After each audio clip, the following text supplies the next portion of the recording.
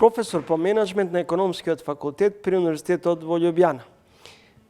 Потоа редовен член на Европската академија на науки и уметности. Бил министер во 2 словенечки влади. Роден е во Постојано, но се образувал во Љубљана. Професор Владо Димовски бил советник и во првиот мандат на екс-премиерот Зоран Заев. Професор Димовски, овие денови сте во Скопје, држевте обука за стратешки менеджмент, но пред да се осврнеме на делот околу менеджментот, било да е стратешки, било да е кризен менеджмент, ваши првични проценки во однос на оно што објавуваат светските анализи, а тоа е дека светската економија нема да се опоравува со посакуваното темпо. Дали ковид, пандемијата, енергетската криза, сушност создаде долгорочни последици врз целокупната економска состојба во светот, но и регионот? Да, тоа е многу комплексно прашање, апсолутно. Прво фала да можеме да имаме овој разговор. Да, во право сте, ама по мене ситуација во цела светска економија е многу потешка, многу покомплексна. Јас мислам да сега е еден период кога се некако дефинира, така да кажем, нови светски поред. Значи, свет после овата криза, која нема само еден вид, ковид, нормално енергетика, логистични структури, нови технологии, дигитализација и така натаму, сите процеси водат во нови тип на цивилизација. Може тај тип на цивилизација ќе биде повеќе како предвидел професор на Харвард, Хантингтон, Самуел Хантингтон, кој кажуваше дека ќе имат фрагменти на различните цивилизации. Економскиот раст во Западен Балкан се одвива бавно, но и нееднакво. Ова се предвидувањата на Светска банка. Македонија е дел од европскиот пазар и ние сме увозно зависни. Зошто македонската економија има ниски вредности на пораст на брутоопштествениот производ во ситуација кога перманентно, особено после економската криза и енергетската криза, перманентно имаме раст на животниот стандард, зголемување на задолжувањата на државата? Мислам дека едно од битните ствари кога бев како советник на влада и во време на доктор Вучковски и време на Заев, видов дека статистика во Македонија не е сосема правилна. Рецимо, јас како советник кој беше многу упатен во невработеноста, во деловната снага и така натамо, видов дека бројките не се окей. И 6-7 пати отидов до статистички офис и сакав да добием кои се прави бројки, ама нема. Значи, доста од тоа што има активноста во Македонија е во црна економија, сива или црна економија. Значи, прави бројки не се знаат. Мислам дека така.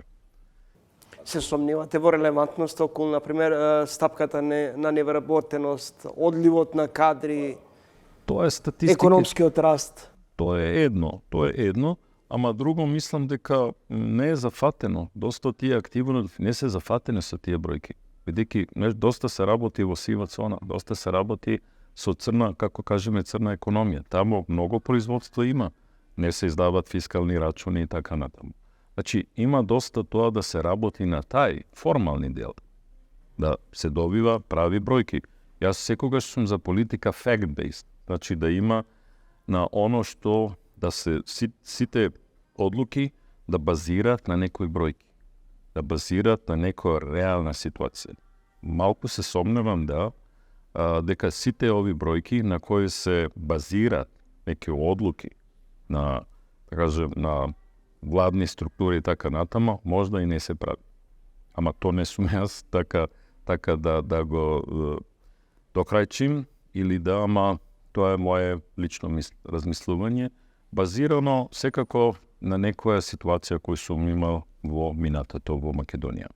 Тоа е прво. Друго, Mislim дека Македонија сега, после овој период кој почна рецимо со Преспа Agreement, со Преспански договор, Преспански договор о рамки, од рамки што се тамо, имат отворен пат за некоја нова економска структура, така да кажем, која е нормално базирана на повеќе технологија, на дигитализација, на унапредена радна снага и така натаму. Значи има доста можности, а знаем од моја собствена фамилија, која е исто тука во Македонија, дека луѓе тука се многу entrepreneurial, да многу сака да работат во смисло новите ствари, нови така да, како работа за свој рачун. Господин Димовски, најновиот извештај на Европската комисија за напредокот на Македонија бележи назадување, особено во реформскиот пат, негова стагнација. Најпроблематични се судството, криминалот, корупцијата, неказнивоста. Родени сте во Словенија. Како Словенија се справи со овие најделикатни области во битката против корупцијата, криминалот, кои се веројатно и се всушност клучните области на патот на една земја кон приклучување во европското семејство? Во Словенија ние проведуваме многу реформи. Јас бев во влада во Словенија кога влегуваме во Европската унија, тоа беше една од клучни точки. Значи против корупција, борба против корупција, и тогаш ние стартуваме со некои принципи. Еден од главен принцип е zero tolerance. Значи нема толеранција никаква корупција. И тоа треба да не да биде само како дел на полиција или внатрешни послови, тоа треба да биде на секога, на сите разини. Можно ли е во една мала држава, како што е и Словенија, па и Македонија, како што вие велите, нулта толеранција во битката против корупцијата, во ситуација кога постојано, особено јавна тајна е во држава дека постои блискост и спрега помеѓу политичките бизнис елити и судството? Тоа нема да се случи преко ноќ. Значи, тоа е дел на културата, да така или не култура. Значи, секој пат, во секоја ситуација треба да се најде оптимален пат. Во смисло зеро толеранција, ничелна толеранција, нулта толеранција. Благодарам. Така да во тоа смисла тоа е многу долг и тежок процес, бидејќи поготово во ситуација кога тоа е дел на култура и кога луѓе ќе кажат па сите така работат, зашто јас не би работел така, тоа е онда многу тешко. Професор Димовски, во едно интервју пред речиси 2 години зборувате за потребата од нов општествен договор не само во Словенија, туку и во останатите балкански земји. Кои би биле главните постулати на тој нов општествен договор? Прв принцип сигурно треба да биде правна држава. Значи и заштита на citizen, заштита на секој човек во економија и во право, и после тоа од тоа да се крене на одредени стратешки целеви. На Македонија сигурно за мене еден од сите би биле енергетика. Шо прават со енергетика, шо прават со логистичка структура, патишта, железници, аеродроми, вода и така натаму. Трето, однос до земја. Гледам и Македонија одредени производи кои би можела сама да производи,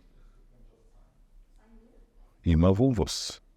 Зашто тоа треба? Јас, рецимо, мојата фамилија во Неготино, они имале многу земја и обрадувале. И сега, некако, јас мислам дека тај однос до земја и тај полјопривредна реформа би требала да биде една од приоритета на секоја влада во Македонија. И пета тачка, требала да има долги рок.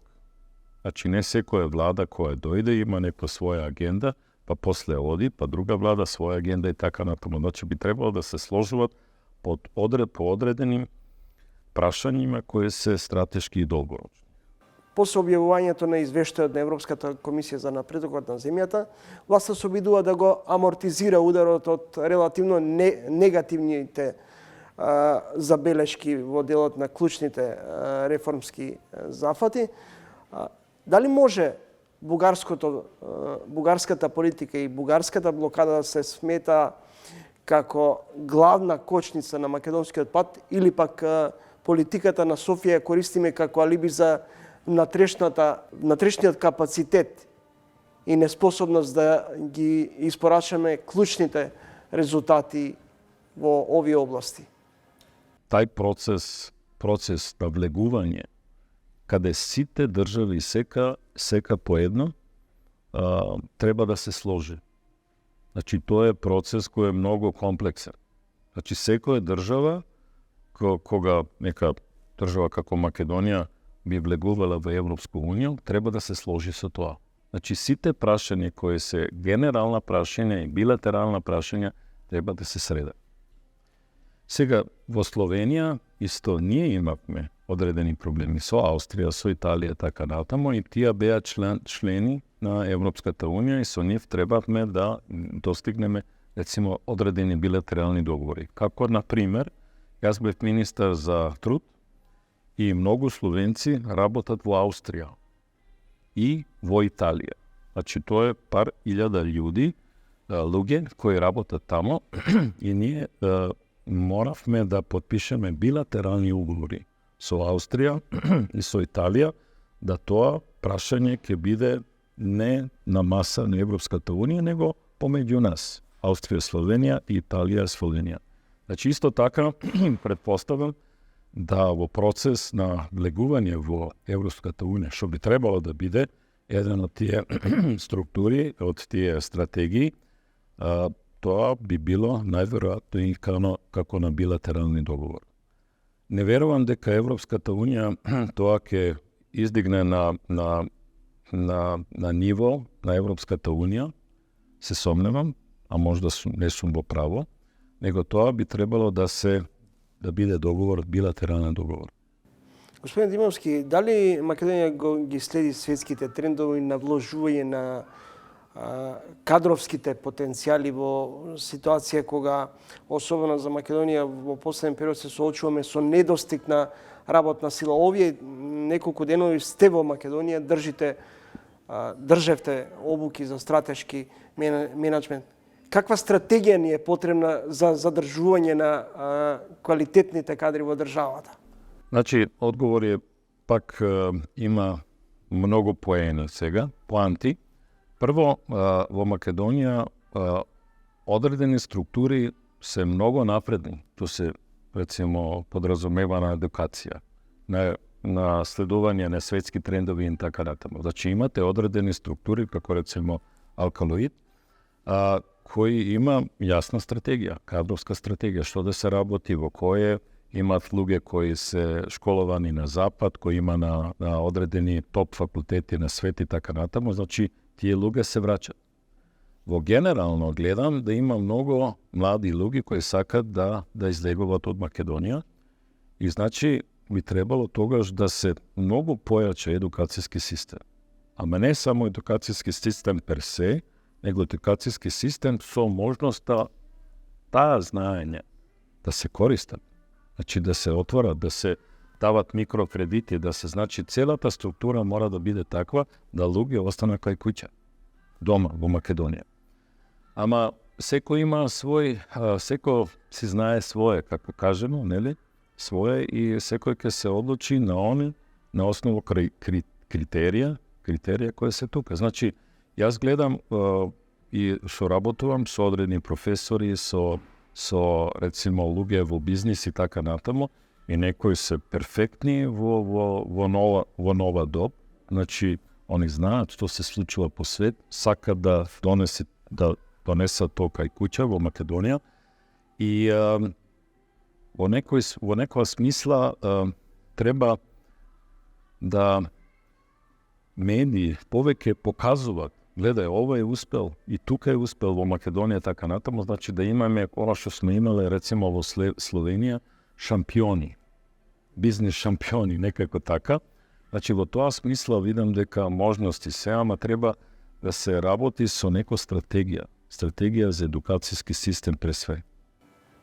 Господине Димовски, последните анализи покажуваат дека Словенија е новата Германија за македонските граѓани.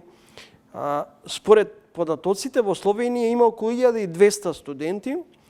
Ако продолжи овој тренд, Македонија ќе изгуби помеѓу 10 и 12.000 млади стручњаци. Само последниве 10 години според податоците околу 5.000 македонци добиле статус на постојан престој во оваа држава.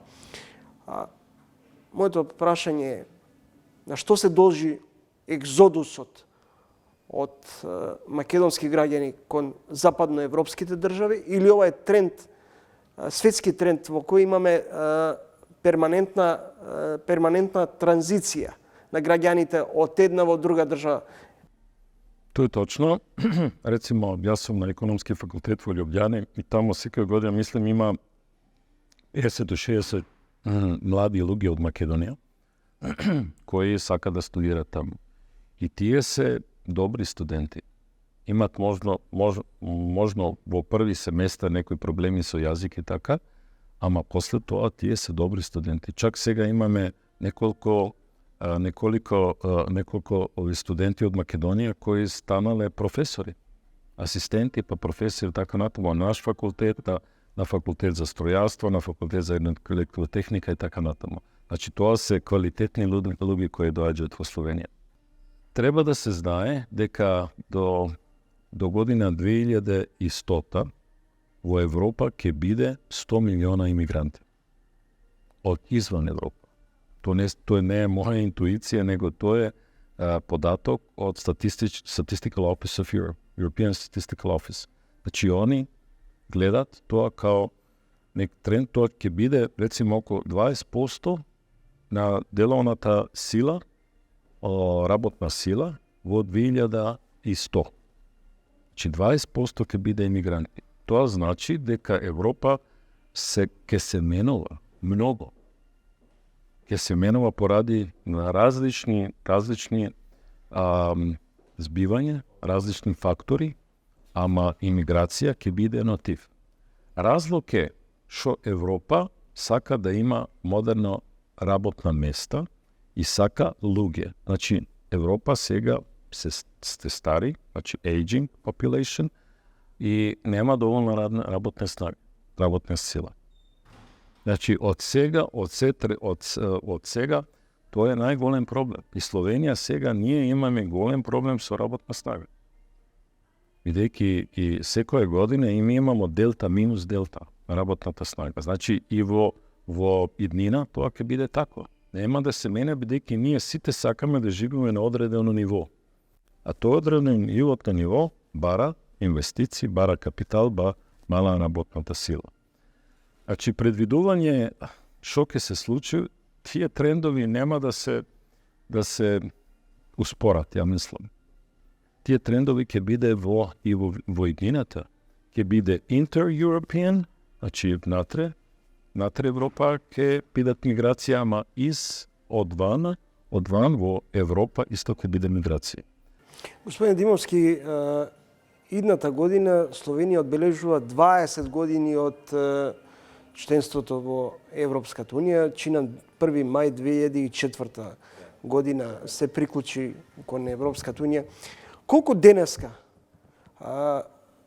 институциите во Словенија се транспарентни, функционални, колку граѓаните имаат доверба во системот, правосудниот систем? Тоа е големо прашање. Јас бев во влада, како знаете, кога влегуваме во Европската Унија. Тоа беа 2-3 години интензивни преговори со Европската Унија, со структури и така натаму. Морам да кажам дека не сум очекивал толку ствари да ќе се промени, што се променило сега во последните 20 години. Мислам дека ние сме, оно што кажуваме на англиски, fully integrated. Значи, ние сме дел на Европската Унија, во сите правци, во сите политики, сите стратегии и така натаму. Јас би тешко со бројки да би кажал што се случило во смисла на заштита, на права, на ова така, ама исто свет се променил. Сега многу има некои нови иницијативи, некои хоризонтализирани политики и така натаму, Znači, od toa, da li to je razlog na влез на Европската унија или е глобален тренд што се случува? Секако мислам дека подобар нам е живот во Европската унија него изван Европската унија. Така то сум сигурен. Мислам дека граѓани се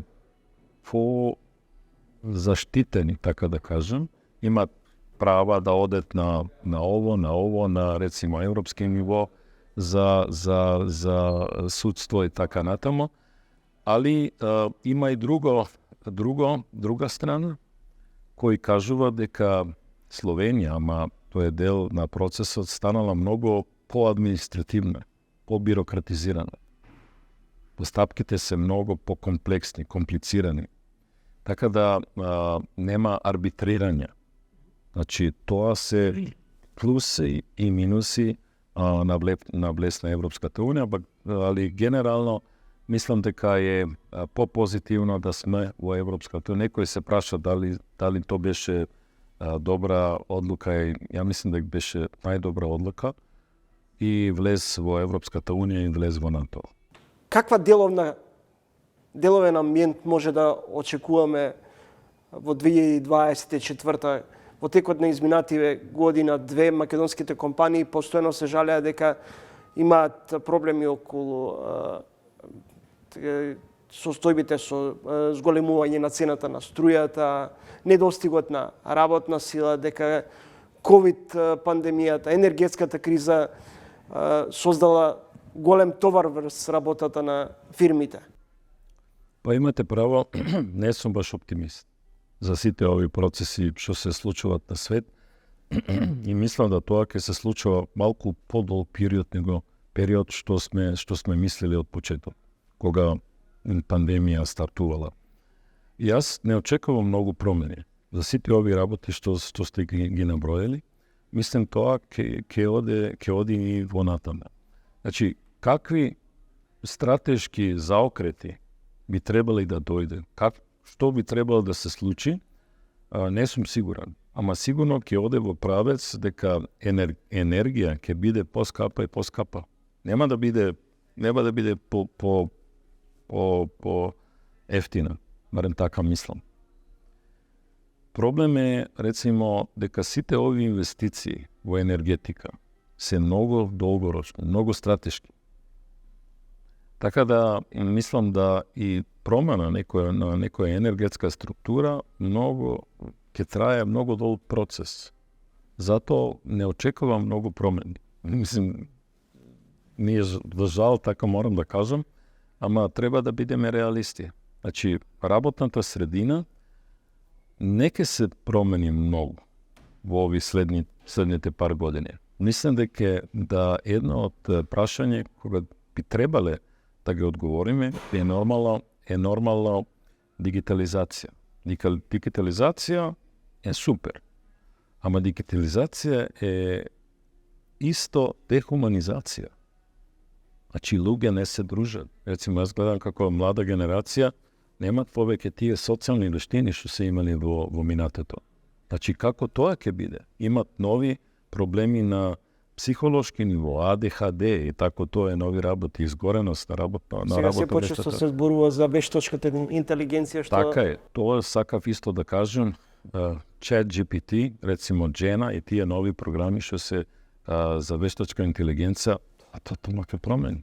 Рецимо едукацијски систем. Ние, рецимо, не сме спремни на тоа уште, на универзитети. Не во Словенија, а гледам не во Америка. Јас бев, кажем, 2 месеца ова година на Флорида, University of South Florida, и видов дека и они не се спремни. Ама ти сега шо ќе мериш, рецимо, со студенти? Шо ќе мериш? Нихово знаење или нихово знаење на употреба на ChatGPT? Тоа се голема прашање. И голема прашање за едукацијски систем. Ние знаете што има најголем проблем. Што да ги учиме студенти? Дали да ги учиме методологија само, па они нека се снајдат. Дали да ги учиме само концепти или да ги учиме how to, чи како некоја работа се работи. Така да во тоа смисла се предизвици многу големи за едукацијски систем. Господин Димовски, благодарам за разговорот и за издвоеното време. И на вас.